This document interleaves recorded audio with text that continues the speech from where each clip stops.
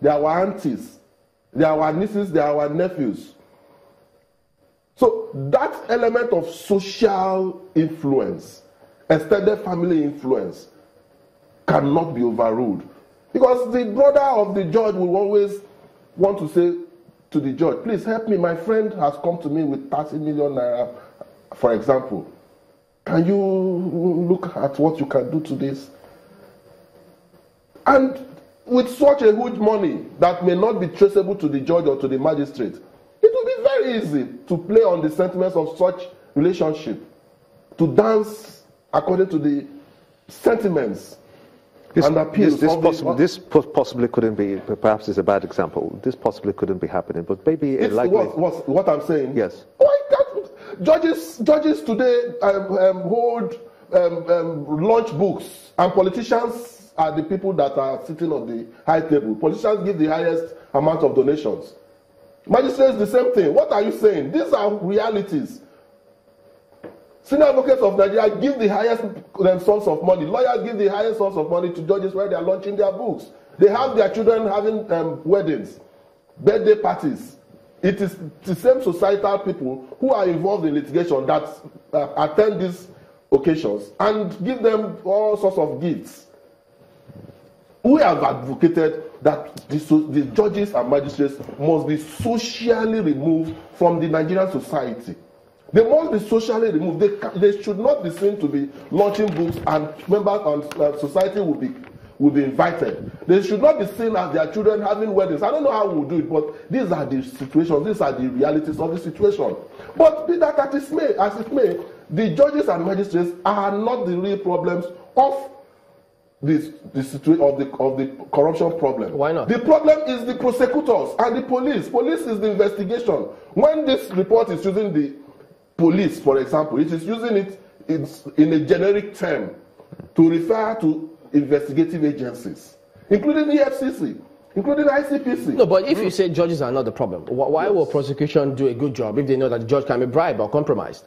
And why wouldn't the prosecutor do a good job and push the judge to a corner that he can't escape or she can't escape? No, to the extent there's a way you present your case, and it will be difficult for the judge to escape. No, just look at what happened to the Bori case. When you present all sorts of evidence, even if you don't get it at the High Court, you go to the Court of Appeal. Present the same set of evidence. Go to the Supreme Court. You will get your conviction. No, but if you can bribe at the High Court or if you can bribe at the Magistrate Court, you may not be able to bribe at the Court of Appeal. And if you can bribe at the Court of Appeal, you may not be able to bribe everybody at the Supreme Court. But how do they know that? Because if that report talks about judges being compromised, it is difficult for you to go with that impression that, well, maybe you may succeed, especially if you are able to compromise them at the High Court. Who says they can't go all the way up? Like I said, we should contextualize it. You said them, compromise them. Judges, I'm citing the report. Magistrates and judges, compromise them. The question is, who are them? This may be about 10, 5, 15, thereabout percentage. But even if it's 2, we know how important that is. What about the prosecutors? Prosecutors they are the very heartbeat of the prosecution of criminal cases. Go to the magistrate court. I'm a lawyer. You that are the complainant in the magistrate court will eventually become the accused. Is this peculiar to Nigeria? Police prosecutors collect bribe from the accused people and turn the case and deliberately present rubbish evidence. Is this peculiar? Is this peculiar to Nigeria?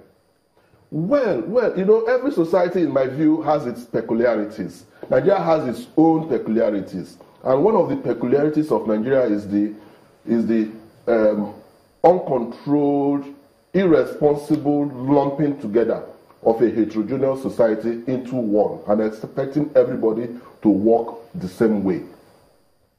We need to unbundle Nigeria. A whole lot of other countries What does that mean? What does that mean? Unbundle, that is a restructure. That's what the word people use for unbundling, restructure. Is that going to stop this corruption? How? To a large extent. It will? Yes, to a large extent. You know why?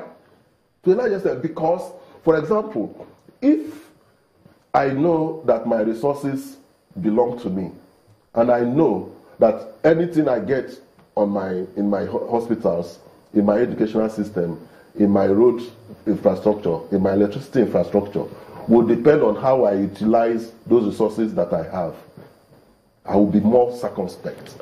How does that work? Because even the ones that they've given to them, because I mean, which one have they given to them? No, even no matter how small it is, you only know what the man can do by what is done before. Politicians. No, I'm talking about the funds that has gone to the region. Yes. So all of those ones. So if you ask them to account for it, can they adequately account and show what has gone in? The fact that your restructuring is not a one-stop shop solution to corruption, but it will go a long way.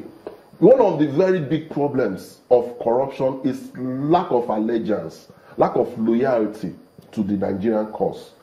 People don't believe that the work that they are working as Nigerian civil servants or Nigerian officers belong to them. So, but if you unbundle and restructure and you take it back to the people, their job will belong to them. They will know that it belongs to them. That is the perspective. Let's talk more a little bit about how do we solve this, whether or not people believe that that figure is right or wrong, or which region thinks is doing well or not. In the public service, for instance, if you go to any of these ministries and you file and they request for certain things, you have people who will give you a smile on their faces. You have people who will say, but why should I? And then you have others who will just simply tell you, well, if you don't, your file will not move an inch.